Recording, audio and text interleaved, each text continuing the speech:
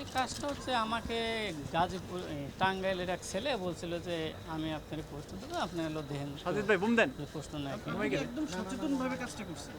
যে আপনি কি কাজটা করার সময় বুঝতে পারছিলেন যে এটা একটা আচ্ছা, আপনাদের সঙ্গে আরো কি বড় একটা সংঘবদ্ধ চক্র বা আমি যারা আছে? আমি বলতে পারবো না।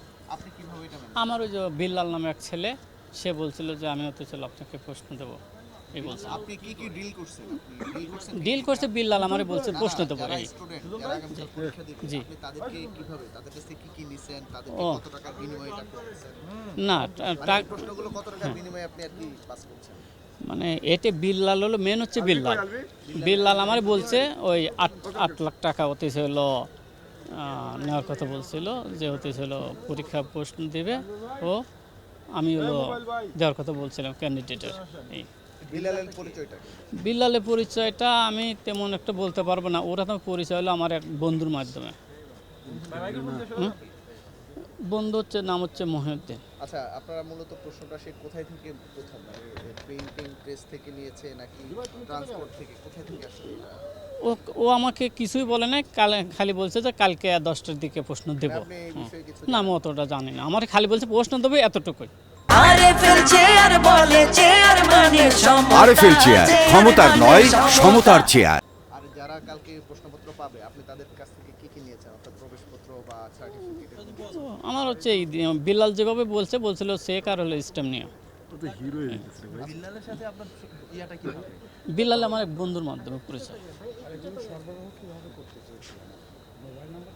না ও আমার হচ্ছে মোবাইল নাম্বার দিছে।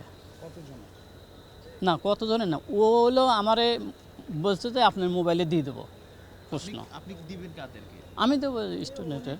আচ্ছা, আপনার সাথে সরাসরি স্টুডেন্টদের যোগাযোগ।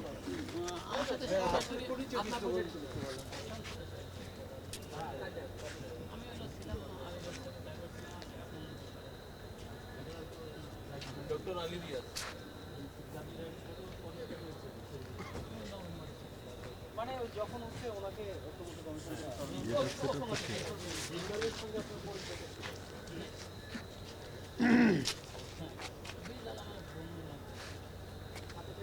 বড় ভাই মোবাইল দেন, একটু পিছনে আসেন না। একটা স্টেপ পেছনে আসেন। একটু ওইদিকে ঘুরে দেন। আচ্ছা, আপনি কি ব্যাপারটা বুঝে শুনে করছিলেন? আপনি বুঝতেছিলেন যে ঘটনাটা অপরাধ হইতেছে?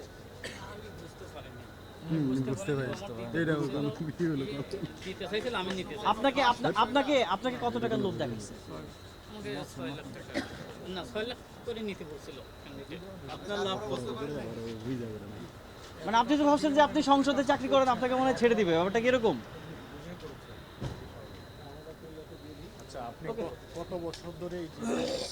না আমি এইবারে আমি পাইছিলাম ওই লোক এই মোহাম্মদ মাহবুব আলম। ঠিক আছে ভাই, থ্যাংক ইউ।